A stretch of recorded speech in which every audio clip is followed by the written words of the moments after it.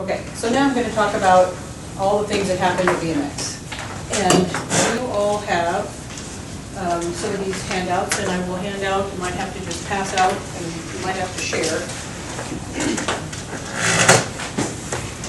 What I've done is,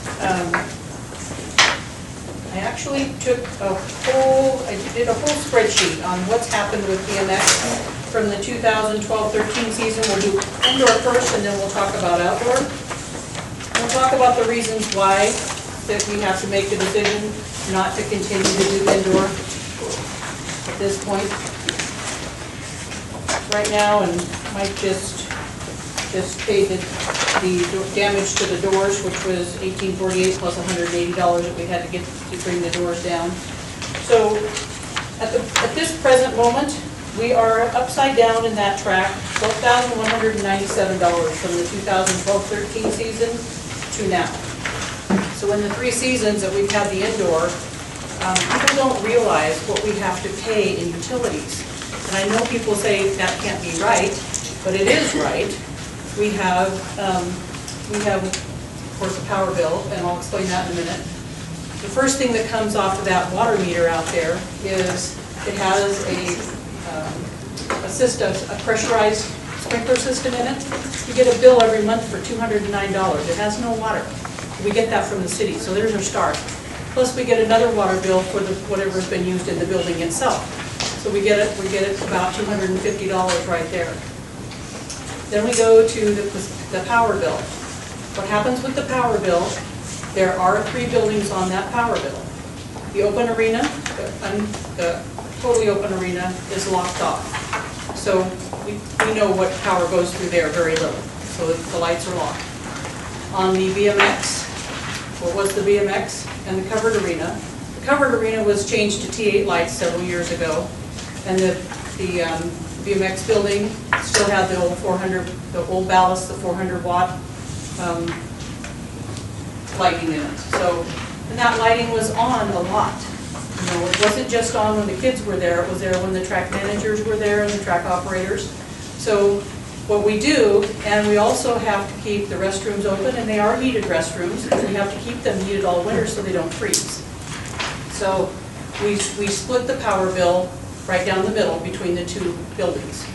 So everybody uses, and this doesn't include the restroom supplies, the person to clean the restrooms. Doesn't include any of that. What this does also include was we had to get a dumpster out there, only $8.54 every week. Those add up over a month time. So when you start adding up all of the utilities, you know, people don't realize how much it really costs us to run that building. So that's one of the main reasons that we just can't afford to keep doing that anymore. So my board's familiar with this, my commissioners are familiar with this. We just have to make the decision not to run the indoor. And you guys are paying $500 a month. There's no question about that. The rent came in, but it doesn't cover the utilities. It just doesn't cover our costs into that building. Just a minute, let me explain the whole thing and then I'll come back next. The other thing that we have out here is there's no parking for that building. So we have an issue with parking. So when we have, and like this year we have 9 horse shows already planned and 2 more, we're calling in today for 2 more different horse shows. So they have parking in this area. There's also, they use this arena as well. So we have horses all around here and they park down this midways too. So we have a parking issue with that building to start with. So when we really started putting everything together and I started putting the whole thing together in a spreadsheet, you know, we're coming out upside down. And you'll see that we originally put in 37 loads of granite. Actually, we put in 40 loads of granite because Roy Burns put in 3 loads of granite at $60 a piece, and then they shut him down. So that was where we were supposed to get 40 loads of granite at $60 a piece. Well, that didn't happen. So I had to go to Munical. We got the other 37 loads at $115 a piece. Plus, we paid for the Bobcat, $680 to spread that granite around. So none of those costs have actually come back to us. So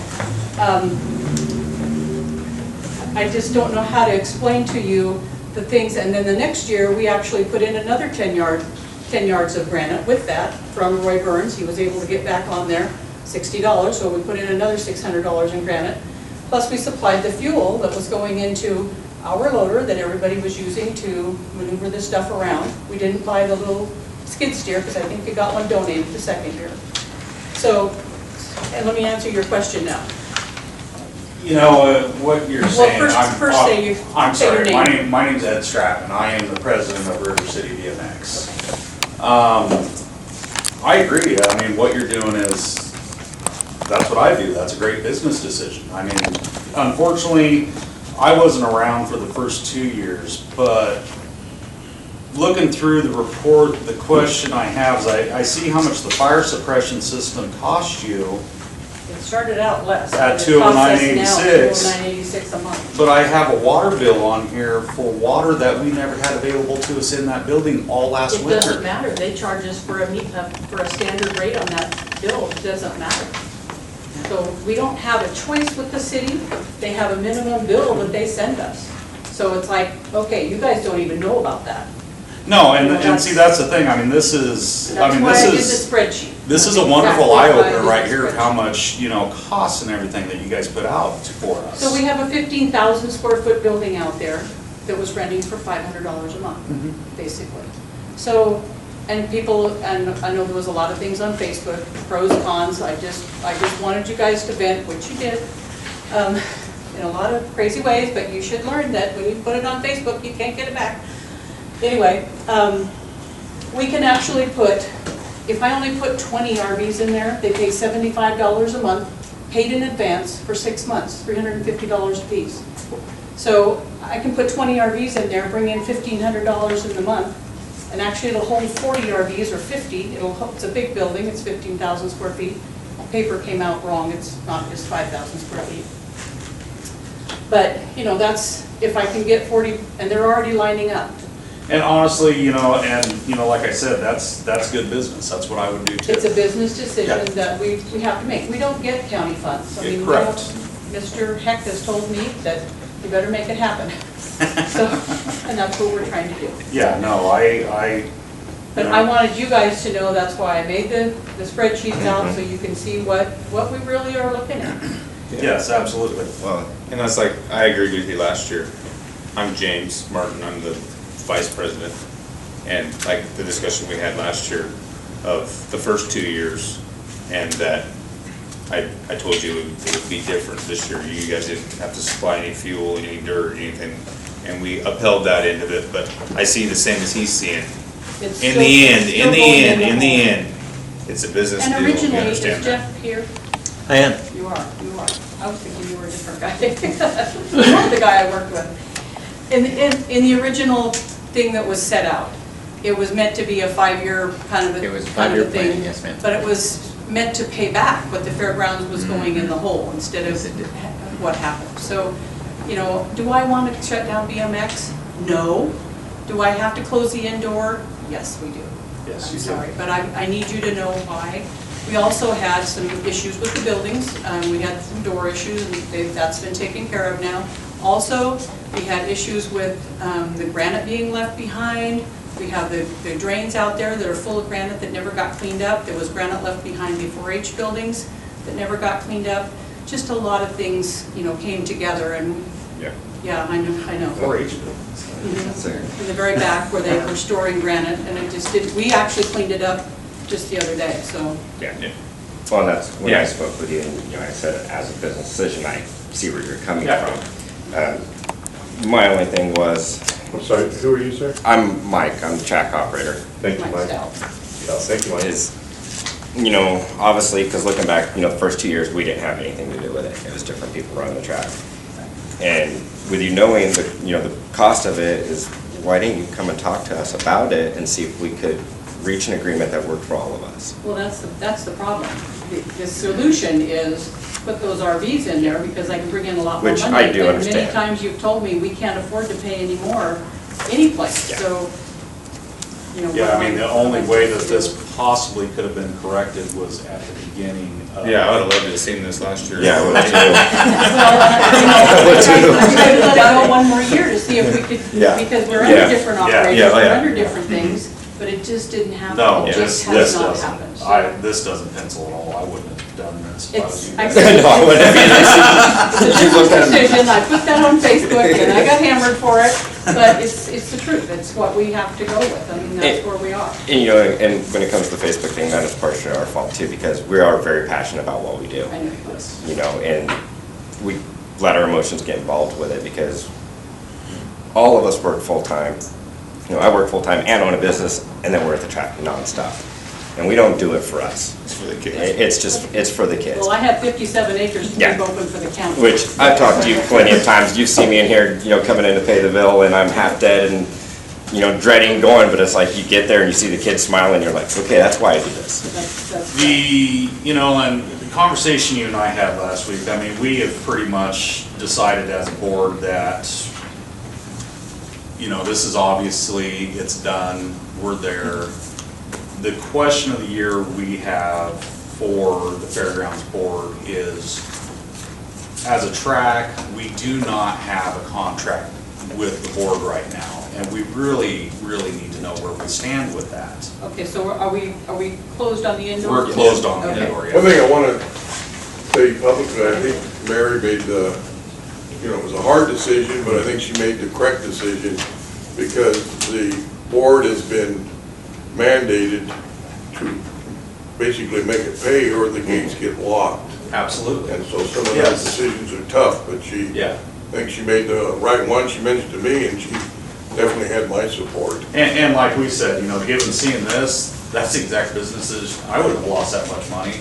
Yeah. I would have shut it down a year or two ago if I was you guys. Well, technically, I probably should have.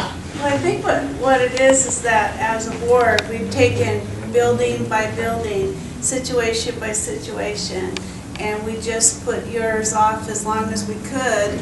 So we really, in a lot of ways, gave you more time. Yeah, and we really appreciate it. And the reason that we gave you more time is because there was a promise that there was going to be an increase in ridership, in participation, and, you know, we were hoping that you guys were going to be able to make that happen. We actually We were looking had, forward to that. we actually had almost 100% increase last year in riders on our track. Yeah, we actually had a record year for River City for the outdoor track last year since it has been opened in 1991. You know, I think that, you know, where we stand is obvious to us is, I don't think we're communicating with you all very well, you know, with what's going on our side, and we're getting too emotionally involved in what's going on when things are going on around us, rather than treating it the way we should. They move things along. They want to discuss the, across the road there. The outdoor track, yes. Okay, so there is another part of your thing that does the outdoor track. I did everything that had to do with BMX. Thank you. The only thing I didn't put on here was the 2 broken windows we had to pay for. Yeah, when it got broken too. Yes, that they broke into the Twice? snack bar You twice. remember that till And that was today. like $150-something a piece, so all these things still go with that building. But, okay, so on the outdoor track, what I did was, from the time that I came on board in 2000, well, I came in 2012, but we had records back to 2011. So you can see from 2011, and it was October 2011 was when I actually had the first things, you've taken in $2,500 from the outdoor track, okay? We've actually, you've taken in that much, plus you've paid in irrigation, an amount of $1,540 over the 3-year period, and then $300 in taxes that you paid in the last two years. $300 a piece. So here's what has to happen. And I hope you can all see this. It's the biggest map I had that has the track on it.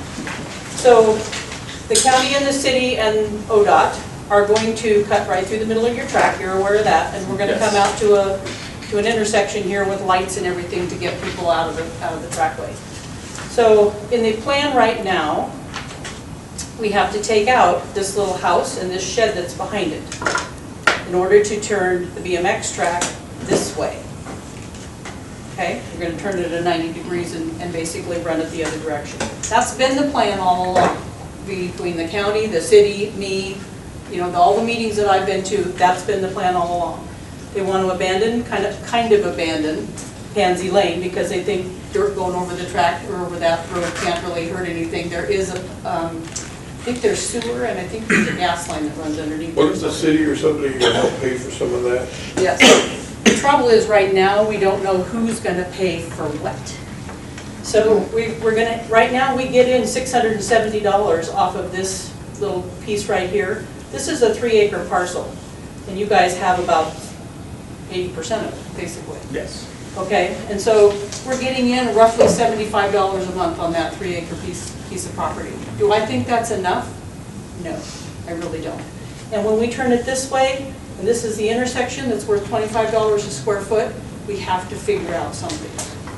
We're gonna lose this $670, that actually, he pays part of the, I think his actual rent on that is $500 a month, which probably isn't enough either. And then the other $170 goes toward the tax bill. Tax bill on that piece of property is $1,300. You're paying $300, he's paying $1,000. But he has structures.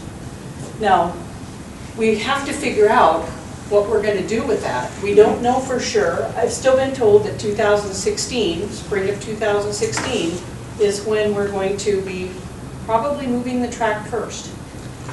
Should brought water. So, where are we going to go with this? I'm not sure. I know that when Ed and I talked the other day, I have, because we tried to get dollars out here from the Rotary last year to kind of finish this whole piece. Excuse me. I already have the amounts to kind of finish this piece and put a restroom in there, a concession stand, and a little sign-up spot, because Mike and I had talked about all those things that we needed. So I still have those figures. You guys can't do that. You can't get money for that because it's our land. Correct. So we need to work together to get that, to make that happen. The main question that we're coming in here with today is to say that it doesn't scare the heck out of us to not have a standing contract with the fairgrounds for where we sit right now is an understatement. Because, you know, we hear all kinds of things about, you know, we could get shut down, this, that, and the next thing, and that is what we don't want, is we want to make sure, you know, like you and I were talking about on the phone the other day, I think we're at a placement here where we need to come to an agreement with the board, and I would like a contract for that outdoor track until it moves. And then we need to sit down and work out a contract for what happens after. The trouble is, we We don't do the know 90 what the days. date is. It's gonna. And I that's, think yes. the contract seems like, to me, We it's can somewhat write of a that. no-brainer. It's like you get a contract for a certain amount. Yeah. And it's subject to the track being moved. Exactly, and that's, And when you that's, talk about dollars, it's probably gonna be 2020. yes. You know, I mean, Well, we we're have hoping all not. these dates. So, I mean, you know, you hear all these different dates. And then when we- you talk to people about Yeah. money, and then all of a sudden it's subject to change. And as well, you know as well as we do that this has been going on, this planning and this move, they've been telling us it's gonna happen for 10 Right. years now? Yeah. I just don't wanna see any fairgrounds money spent on that Yes. without a total assurance or a contract that says that the fairgrounds is gonna be reimbursed. Yes. Because we're not in the business to finance businesses. And we have total agreement with, you know, just like we do now, you know, we do take care of our piece of property as far as when, you know, we No, it looks do the good over maintenance, there. we do all that, not, you know, that. And, you know, we absolutely agree that we have to be part of paying Have to for be that part of the move. change. We But have to be part of that I change. don't know yet, and I've been trying to find this out, I don't know yet if we have to pay part of this, or if this, to tear it down, or if the city's gonna pay part of it. I don't know the answer to that. Yes. So, and the other thing that's gonna happen is if we do turn it this way, the city wants beautification. So we have to have some kind of irrigation system and All things kind of that have to flower. be maintained. Anyway, that's all stuff that's gonna figure in. Okay, we're gonna lose parking for the fair in here. but I'm thinking we can probably gain the parking back out here and possibly use this as parking next year as well. So we've been looking at the different options that are available to us. Yes. Now, the other thing about grants, if we want to get a grant to do this or get something going, we need to do it right away because they don't just go in a hurry. Yes, correct. I mean, it takes forever to get stuff going. And just the concession stand like that was something in the neighborhood of $100,000. Yeah. So we got a lot, you know, if we could get that part from a Rotary or some of the other foundations, that'd be great. I have a question on that. Kimber McNeil. I did ask the BMX track about going to Rotary, Rotary funds. I do participate, I am a member of Rotary. And the response I got back was, yes, we did go, we did submit an application, and it got denied because the Josephine County Fairgrounds doesn't do enough for the kids there as it is. Is there truth to that? There is no truth to that. That's the whole reason I've been doing this for the last 3 years. Okay. So ask 4-H, what do we do for the 4-H groups? That wasn't my question, though. And one Was it thing, denied? That was what the letter came back with, but what I really think that the letter meant, the guy who wrote the letter, is that this part, we were doing the whole thing. We were trying to beautify this whole piece, which I already had this piece as a drop-off area, ready to go, and then putting in this part out here and doing something to the parking lot, if you can't pave it, because it's $540,000, I think, just to pave that parking lot. So this part, we had the BMX in this piece of it, but I think that wasn't enough to do for kids. I think that's what the guy meant. Don't know for sure, because we certainly do a lot for kids on this other side. You know, and that kind of goes back to the discussion that you and I were having, because we know we need the funding in order to do that track and everything down there with the grant. And, you know, one of the things that you and I talked about was using what you'd already wrote up, just getting it closed down enough to where we move more towards that into the property so that we might possibly actually be able to get it to go. Are you a 501c3? Yes, we are, ma'am. Well, then, I don't know why we couldn't work with you guys, that BMX can write for money asking for BMX. Yes. They can't do it because And- the county owns the land. Yeah, We have to be a part of that. yes. Okay, so we can do it together. Yes, can I do can it work with together. Mary to do it. Yeah, we do Yes. this together, and that's what Ed and I talked Yeah, about. that's the discussion we had last I week. would is work talk to together. the city, it seemed like there was discussion, you know, when the city would come in and change things. A lot of the costs were from them, like, Well, some of the costs, you know, to but move that. nothing's I would- nothing's in stone and nothing's written down. Yeah. So they have said that they will move the track. The thing of it is, does the fairgrounds have a franchise agreement with the city? It's like the irrigation district does not have a franchise agreement like the phone company, the gas company, all them. Yes. So when you have a franchise agreement and they want to do something, the people that have the franchise, the power company, pay for it. When you don't have a franchise agreement like the irrigation, when they did Grandview, and there was a lot of irrigation lines out there, the city of Grants Pass paid for all of that.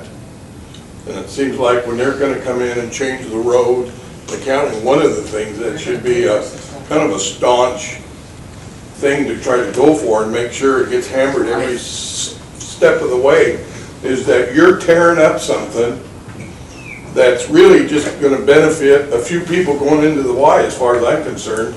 I mean, sure, someday it may go around to Park Street, but I can't visualize that, because all it does is bring traffic into no man's land. Well, actually abandoning this on Right, people but trying to remember come out on how they Pansy had Lane with the no picture light. comes across from there and makes a kind of a big sweeping curve out there Right. to nowhere? Oh, here? Yeah, No, it comes into Allen Creek. no, have go in the other direction. Start at Over here? Redwood Avenue and the new road. Okay, Tell me where it's that right here. goes. This is Allen Creek Okay, go intersection north. right there, Go north. okay? Okay, now where's it go? It comes right across the track and comes in here, but it also nowhere. accesses these. That's what I mean, what I'm getting at is they're building a road for some fictitious thing in the That's what I seen future. last year. And right now it goes nowhere. Yes. Other to a parking lot that nobody can afford to pave. They can't afford to pave, but we have a lot of people who Well, come I out and raise realize the fence, that. so. But what it is, it's for the benefit of some project in the make-believe It future. might be in the future, that's true, but they still need this light out here to get. Well, that's all gonna happen, but what I'm saying is, I think the Fairgrounds Board, because it's county property, should be very hard-nosed. If that gets tore out, we need something for it. It needs to be replaced. Yes, I mean, they do that all the time, it's not a thing, and when it gets negotiated, the first thing that comes out of the manager's mouth or board members is, what are you gonna do about that track? You need to replace it. Well, they've been there already. Oh, I know, because they wanna take the house out, that costs us money, and they finagled around, which I didn't agree with, to put some beautification in there, which it'll look like Rogue River Highway with a bunch of stuff growing out there that nobody takes care of, which was a I'd total, rather have granite. yeah, which was a total joke. They should have just planted in some grass and hired a high school kid to mow it. Now, yeah, out there, the property owners don't do anything. You know, so the whole thing is a little bit of a shaft, and I think we should be tough. So Commissioner Heck, do you know anything more about this than we know? Other than, I like to work on the first thing that we're all agreeing on is that we understand the reason for moving of the track. Yes. So that's one common. The second thing is that there is no, right now, set in, not even concrete, it's not even set in dust right yet, as to where that road is gonna go. Correct. Who is gonna pay for what? There is the sewer, the water that's under there that needs to be worked out, but that's all part of the development process. Right. So it's not the idea that that's gonna somehow, should fall on the fairgrounds to have to pay for those things, Correct. because Well, and it's been in the discussions all the way along that either the county or the city was going to pay for removing this stuff. But we don't know, we really don't know yet. well, just refuse to do it. Well, but the board should have an official But the position. board did. We've already had a meeting on this once, and the board took an official position and said this needs to go. Right, but they could take another position and say, It was you, Dan. well, I know, I didn't like the idea to start with, because I could care less about the petunias there, because I just see Rogue River Highway in my vision. But what I'm just getting at, the only thing, because nothing is, it's casting dust, if I can quote you. That, so when the time comes, every time you're on the phone, you know, and you can blame it on the fair board or however you want, but I wouldn't be too cozy with those people, because they really need to understand that there is a genuine interest in keeping that, and they need some financial help, and the board is behind the city or whoever's gonna do it that magic date to pay for it. And then see where the Well, chips fall. that's the whole thing. We don't know for sure between the city and the county who's paying for what yet, because the budget is in there, is out there somewhere, but none I'm of sure us it's have the seen. city because of urban growth and stuff. The county's gonna just slip on to the side. It doesn't make any difference who's gonna pay for it, all we have to be is adamant that we are not gonna pay for Right. it. Yeah. I think They that's, can do whatever they Well, I want. keep asking them, who's paying for that, because I don't have the money. Yeah, I just That's wouldn't that's like. where I It stand. hasn't come before the Don't council. even, It don't, has come before the council lately. it We has, had the initial statement or discussion we had was that there would be a determination at a later date who was gonna pay for what, but none of that was settled, well. in dust or otherwise. Well, see, now you can know that in the dust, Fair Board is not gonna pay for it. Yes. All right, I think I gathered that. Yeah. we can cast that in concrete and go from there. Because I'm looking at that going, yes, I'm seeing, that's not a road to nowhere, Dan, that's a road to housing developments right behind here. Okay, That so whole for the section. purposes of this meeting, I think we can have legal draw up something so that you guys have a contract. Wonderful. So it's in the works. Yeah. It takes a little bit to get through legal right now, We so I may understand. have to send them something, kind of encourage them along. But we'll put it in, until the track changes, because like I said, we Yeah, don't that's- know. that's what we're Hear- truly We just hear looking stuff. We're I here to think work when with- you- We're here to work with you guys, so. when you have the contract, when it's subject to a change, I mean, when you say subject to change, it could be a moment's notice. And it won't happen that way, but what I'm saying Yeah. is, Well, if the technically- powers to be say something's gonna happen, Technically, we've given these people notice, and because they actually are across the little alleyway there as well, that after the end of December, they could be on a 30-day notice at any time. Yeah, and pretty much we know that when the notice is gonna come, because there's gonna be a bulldozer parked at the fence on the west side over there, so. That's probably the case. Okay, so I think that's what we need to do, is work toward getting Yes. that put back together. Jeff, do you have anything more?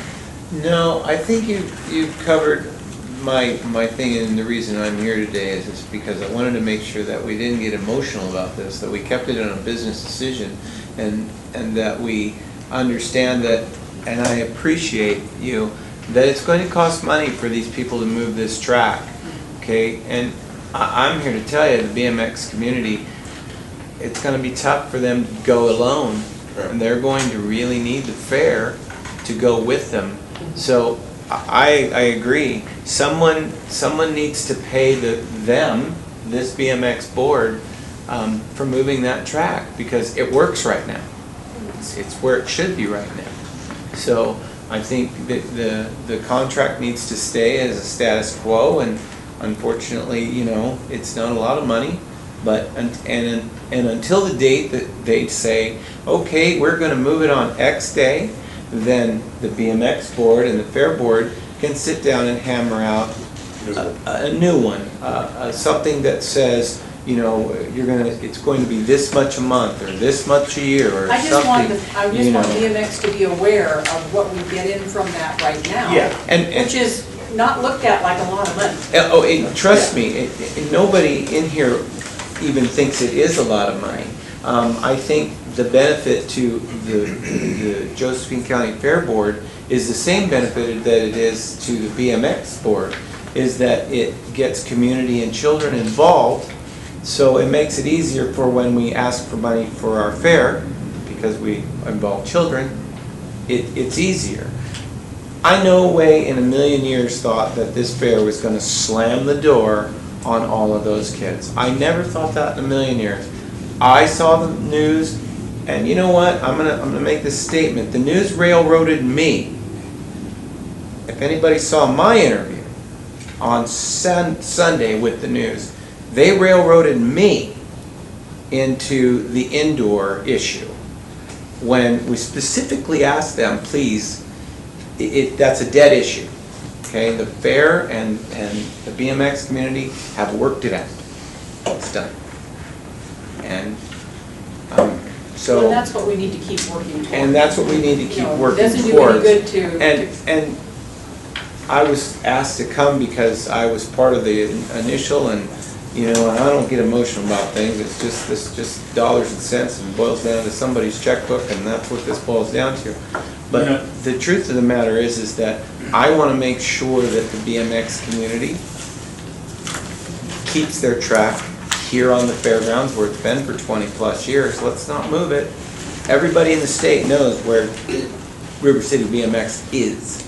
So let's not move it. And I want to make sure that the current board, who does a fabulous job at running that track, when they took over, they were $3,500 in debt. That's right. Poor guys. I mean, I know that. You know, so here we are today. And you know, I'm going to give them any help I can give them, but I'm just happy to see that we're not going to lock their gate. Nobody gets to go ride their bicycle. Never anybody lost. But you can understand what Facebook did, what other things totally did. know what You Facebook can understand did. where that went. And I have when I gotten saw that, I from thought, people on oh my Facebook, gosh, so- really? What are those people thinking? We had a meeting last night with some track members, and I said, folks, stay off Facebook. Take your trash to the curb, not the computer.